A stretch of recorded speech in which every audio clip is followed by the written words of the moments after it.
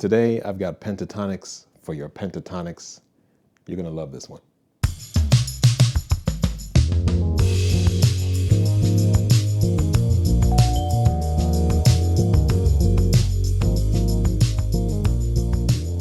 Hello, friends and neighbors. Welcome back to the Brownstone. My name is Rich Brown. Thank you once again for visiting me here.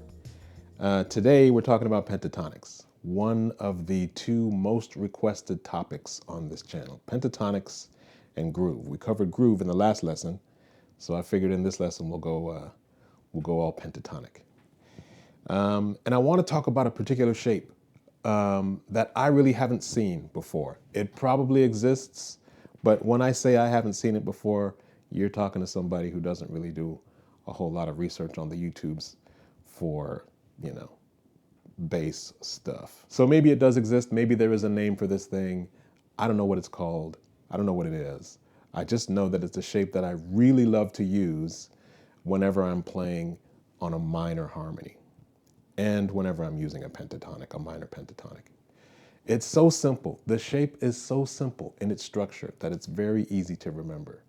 And it'll be really great when you start to implement this sound into your playing. So here's the deal.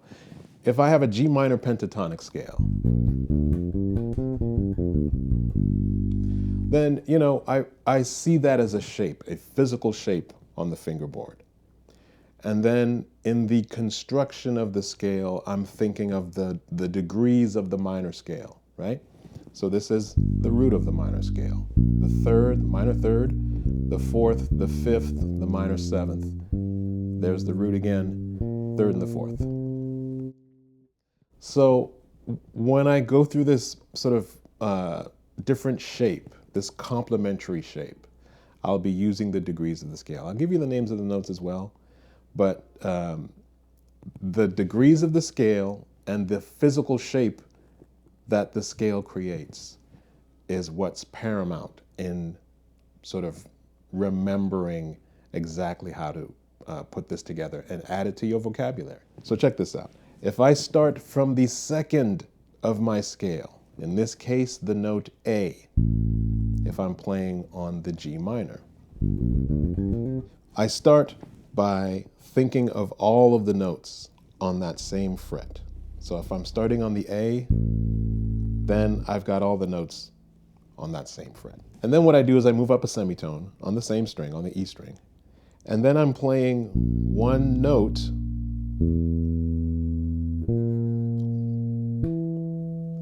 one string up, one fret up. So I create, it's basically two tritones, but I'm creating this like slope here. There's a cool sort of angle. And then the whole shape looks like a ramp. It's just like a ramp on the fingerboard. So I've got all these notes and all these notes. But what I do, because I've got the fifth fret here and the ninth fret here, then I really want to add that seventh fret in the middle. And that's the whole construction of this shape, which is super cool when you hear it.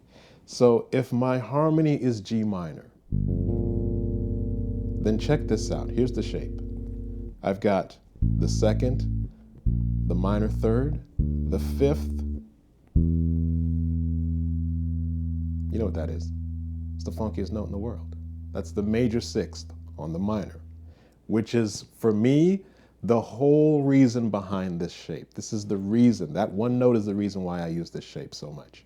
So I've got, again, the second of the scale, the minor third, the fifth, the major sixth, there's the root, the G, and then when I go up, I skip the A and go straight to the minor third.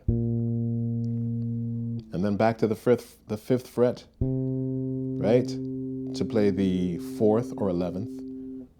There's the fifth, there's the major sixth again.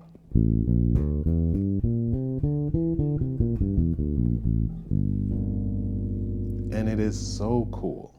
And it's right there, you don't have to make too much of a stretch to get this different color happening on the harmony. So if I'm just playing like a G minor groove,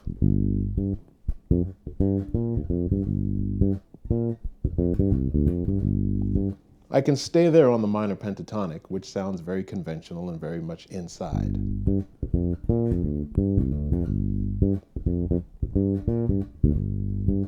But then I can also throw in this other shape whenever I want to. So check this out.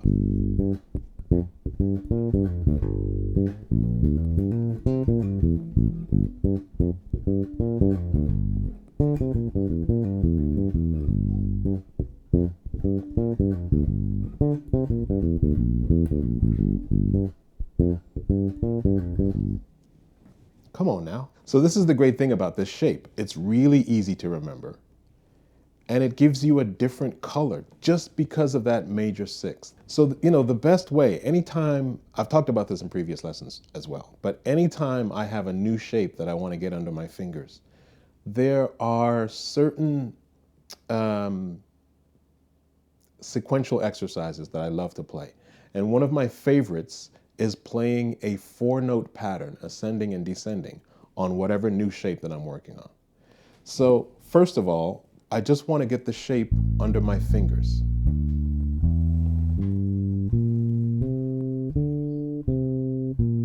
Just that.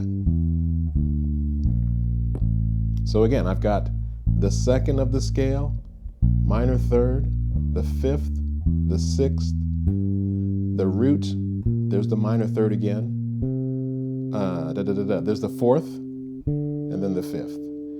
So the notes are A, B flat, D, E, G, B flat again, C, and D. So just get that shape under your fingers. And if you want, you can add that sixth up there because it's so killing. And that can be the shape. Now, here's what I was saying before about playing a 4-note sequential pattern on this new shape, which sounds so cool, even if you want to use that as a fill. It sounds great.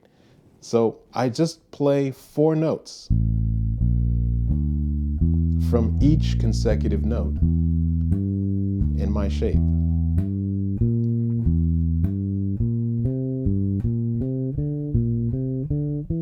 And then I come back with the same thing.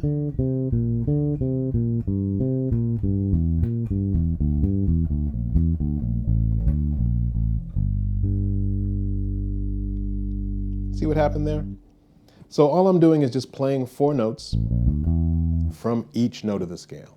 Here's the first note of the scale, second note of the scale, third note, fourth note, fifth note. And then the last one, starting from that B flat. B flat on the D string. And that's it. How cool is that? It's great because it really works well with the G minor pentatonic.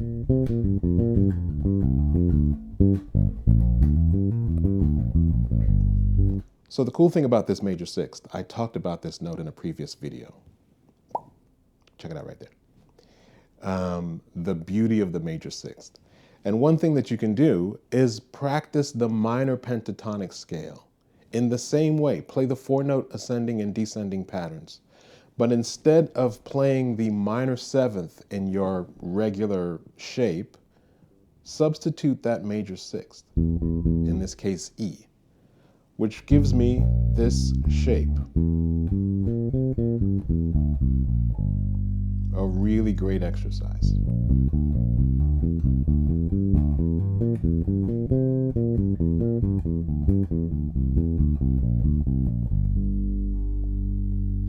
So these are two ways that you can sort of interpret the minor pentatonic scale and also augment the minor pentatonic scale to add a little bit of flavor and some different color to the harmony. I like this stuff because it doesn't necessarily create tension or dissonance, but it does pull the ear away from the conventional, which is always a good thing to do in the music, because you have the potential of inspiring those around you with by adding a different harmony, by adding something that might be a little bit unexpected in the music, which is always great. So anytime you play through that, it's so cool. Anytime you play through that shape and you land on that major sixth, it just gives that right amount of funk. So now I'm giving you two shapes to practice. Actually, three shapes when you think about it, because we're talking about the minor pentatonic where the major sixth is substituted for the seventh, which gives you this shape.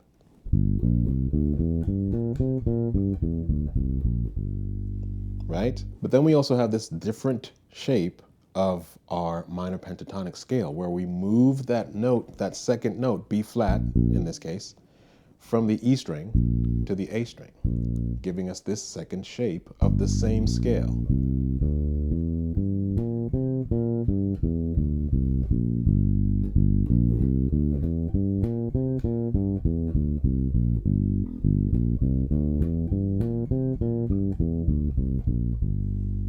So that's our minor pentatonic with the major sixth. Then we have this whole new shape that I call the ramp. Let's just call it the ramp. I think I just made that up, but let's go with it. It goes like this.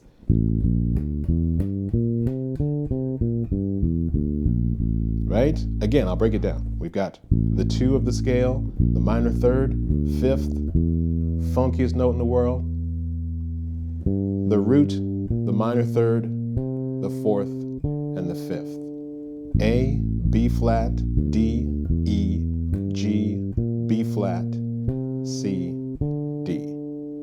I'm telling you, you'll get a lot of mileage out of that shape. And that's that, my friends and neighbors. 3 different shapes that will allow you to bring out some cool colors in your pentatonic playing. Listen, if you like this lesson, please do me a huge favor and click that like button. Subscribe to the channel if you haven't already. And if you are in a position to do so, there are 2 ways that you can donate to the channel. I will leave a link in the description box that will allow you to donate whatever amount you see fit. And you can also join the channel for a mere $5 a month Canadian. $5 Canadian. Huh? Cancel at any time. No obligation. All of the above helps me out in a huge way, and it really helps to keep this channel going.